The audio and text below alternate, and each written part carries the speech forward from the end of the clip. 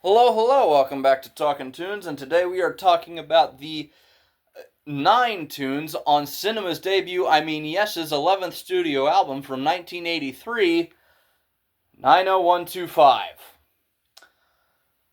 I don't like this album all that much. It's not god awful, it's not the worst thing I've ever heard. I wouldn't even go as far as to say I would never listen to it again. But is it a good Yes album? Well, first let's get into some history. In 1980, the drama lineup, aka Yes plus the Buggles, disbanded, and for a couple of years, the Yes brand was kind of gone, or Yes as an entity was kind of done. Each band member went off and did their own separate projects. Steve Howe and Jeff Downs joined with John Wetton and Carl Palmer to form Asia, who I believe I will be talking about next week. And everybody else just kind of went off to do their own thing. Trevor Horn became a producer and produced basically the entirety of the 80s. Alan White Alan White just kind of disappeared for a little bit. And Chris Squire tried getting some musical projects going, but I just want to make sure I'm still recording. Yes, I'm still recording. Chris Squire tried to get some musical projects going, but sadly, they didn't really pan out. The most famous of these being the XYZ sessions, the Yes Zeppelin sessions. But in 1981 or 1982, South African guitarist Trevor Rabin moved to Los Angeles, where he got into contact with an executive from Atlantic Records who recognized his talent and realized, hey, Chris Squire's not really doing much right now. You know what? This kid's got talent. I'm sure Chris Squire could help this kid along. And well, the two got along, gelled well musically, and Chris Squire invited a couple of his other buddies, namely Alan White and former Yes keyboardist, a man that Chris Squire hadn't really been involved with since the early 70s, Tony Kaye. Tony Kaye, of course, played on the first 3 Yes albums, including the Yes album. So sessions took place, and they were looking to tour under the name, or release an album and go tour under the name Cinema. There was just one problem. They couldn't quite get the vocals to work. Both Trevor Rabin and Chris Squire tried to take lead vocals at multiple points, and whilst neither man is god awful at singing, not in the slightest, neither man felt like they had the frontman potential. It is here where Jon Anderson enters the story. This album was not going to be called a Yes album, despite the fact that 3 out of the 4 guys involved had been in Yes at various points until Jon Anderson got involved. Jon Anderson got involved, sang "Owner of a Lonely Heart," and then Chris Squire went, "God damn it, this has to become a Yes album." And so it was. They scrapped the name Cinema from all but the title of one of the songs, including the album and the name of the band, and the album became 90125. Why was it called 90125? That was the catalog number of the CD. Not in all regions, but yeah. Let's see. Yep, it's catalog number 90125-2. This is an original 1983 release.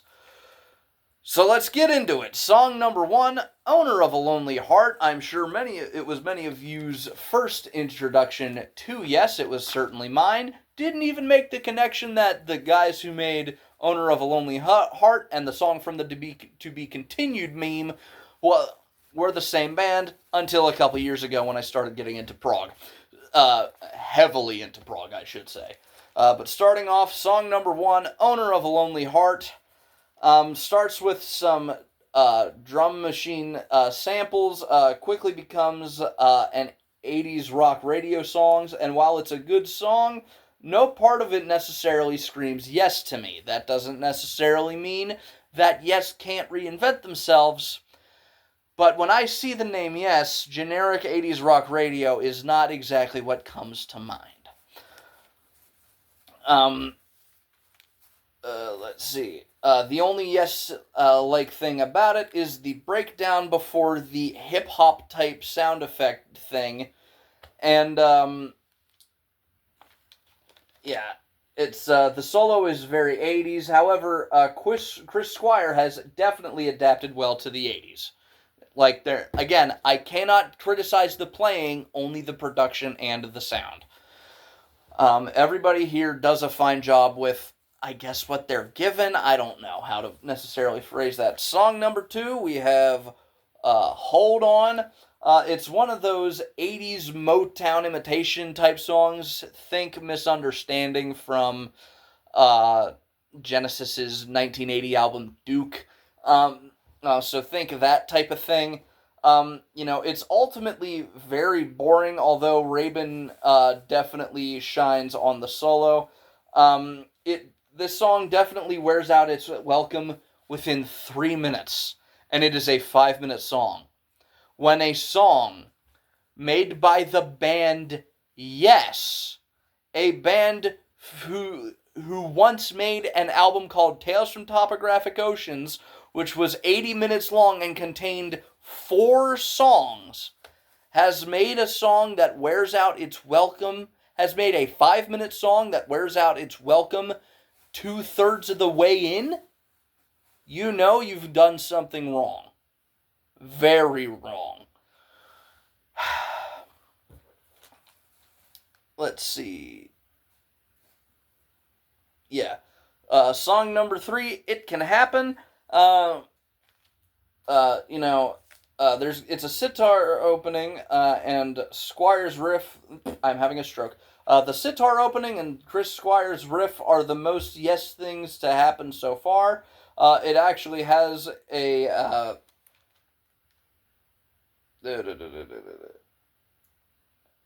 I can't read my own. Oh, it actually has a very cool borderline ambient section about 40 seconds in. But then it just kind of becomes generic 80s shit, and basically, John Anderson's going, it can happen to you, it can happen to me. What the fuck can happen, John? What the hell is this song about? Because it doesn't specify. It just specifies shit can happen, I guess. I don't know. It's just like, that is, like, Yes have a lot of songs where I don't know what the fuck the lyrics are talking about. But it's in a positive way where I'm like, this is way cool, it's so transcendent, man. This is you forgot to put meaning to your lyrics, buddy. What the hell did you do? Oh my god. It's,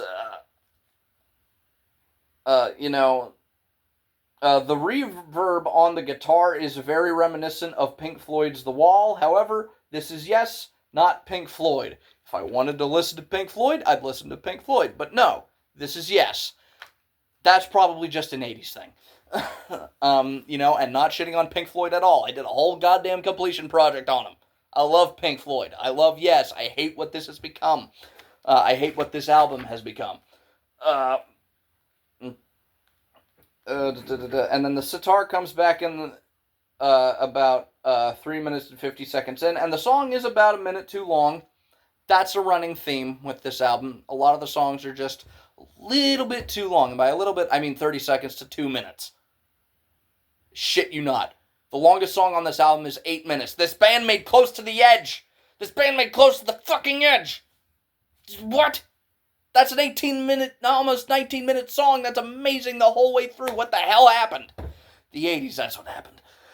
Oh, my God. Song number 4, Changes. The intro is something I would expect out of Yes. It's not necessarily peak 70s Yes, but it is something I would expect out of them. Um, uh, like after 3 songs, now we're actually talking. The complexity is, you know, like the complexity of the first minute and 20 seconds is something I'd expect out of Yes. Someone who isn't John sings the verses is Trevor Rabin. So Trevor Rabin sings the verses on this. John Anderson sings the chorus. Trevor Rabin has a pretty good voice. It's just he didn't really have the ability to reach those heights or put the power behind it that John could. You know what I mean? John also has like an abnormally high voice, but that's like he also has the ability to put power behind his voice, and Trevor Rabin doesn't really have that. Not that I've heard anyway. My experience with Trevor Rabin is very, very limited, so maybe he does. I don't know.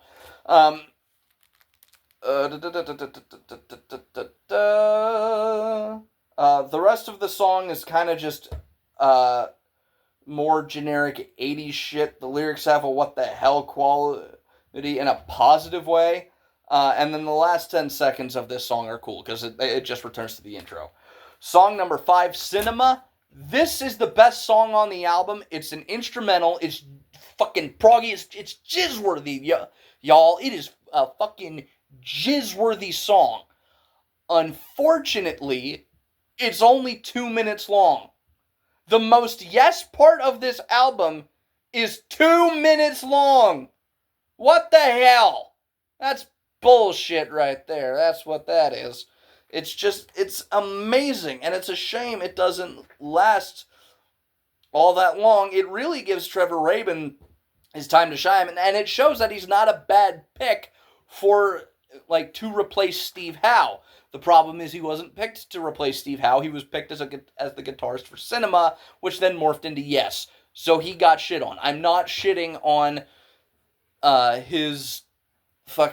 not shitting on Trevor Rabin's ability to play the guitar in the slightest. I'm shitting on every other aspect of this album. Pretty much. All the non-Yes aspects of this album by the band Yes.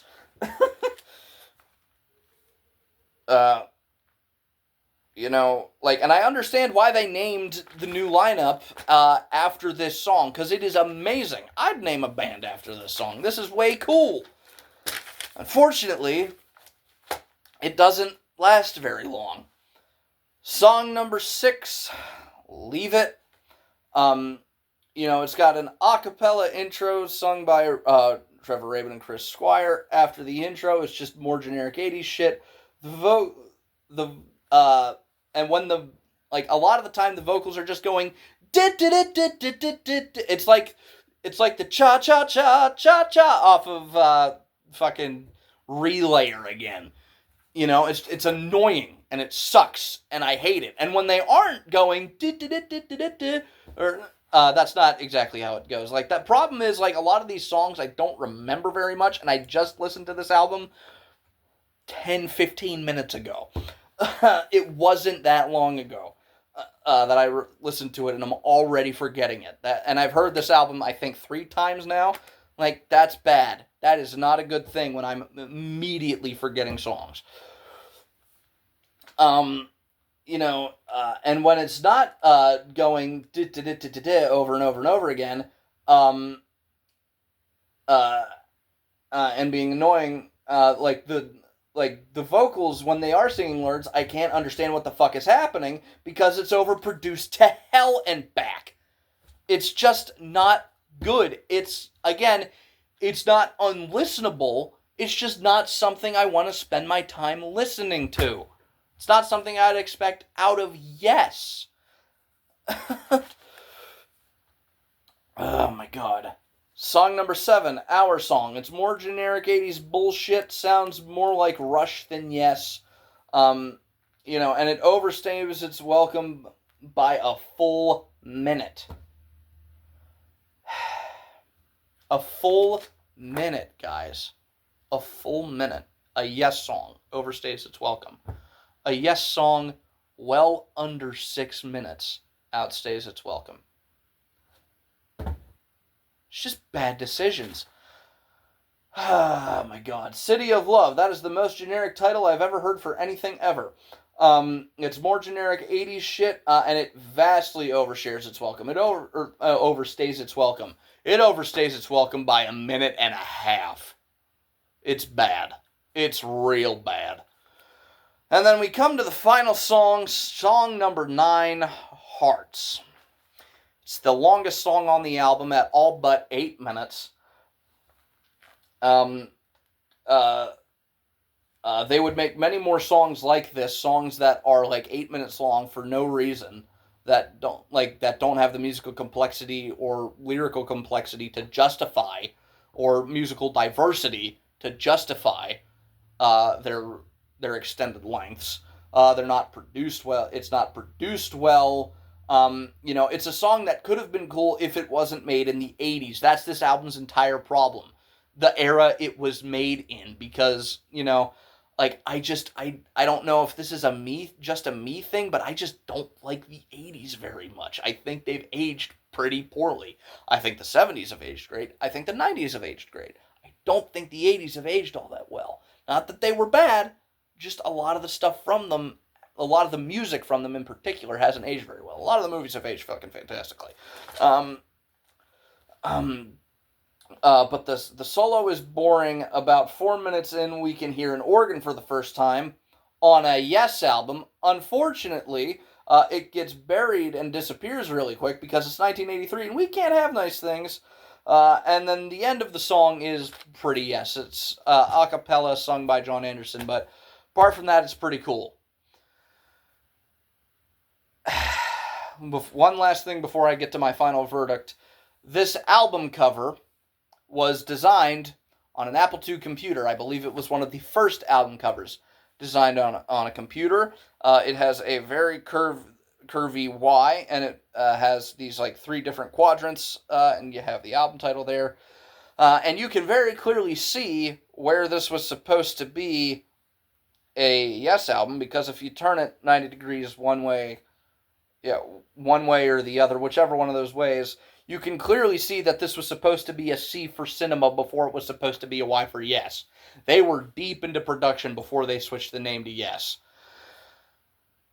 It's not great. I don't like this album very much. Everything from the production to the songwriting to the album cover is kind of the antithesis of what I think of when I think of Yes. I mean, it's just the Yes represented on my shirt with a Roger Dean landscape and a cool-ass logo, and the Yes on 90125 are almost 2 entirely different bands. And this simply doesn't sound like Yes to me. It has every right to be called a Yes album if we're going solely by members, okay? That's fine. And, they would make more albums with this sound, so to some degree, you could say this is still Yes. But for me, this is not what I think of when I think of Yes. This is the Yes that I think of when I think of Yes. Yeah. So, if you like the 80s, and you also like Yes, I guess there's a little bit of something here for you, but I don't know. For me, it's not great. This was $5 at a secondhand store. That's why I own it. But yeah, it's not necessarily worth 45 minutes of your time, in my opinion. Thank you very much for watching. If you've enjoyed it, leave a like on it. If you disagree with me, if you have something to add, please feel free to make your thoughts heard in the comment section down below. If you want to hear me talk about something other than music, I have a podcast with 2 of my buddies. It's called Dorkies. I will leave a link to the latest episode of that in the description down below. And if you want to hear what I happen to be listening to that day, or a 15-second segment at least, you can follow me on Instagram. I will leave a link to that in the description down below. I post a segment of a song in my story there every single day. And with that, I would like to remind you all to stay weird and keep jamming. See you in the next one. Take care.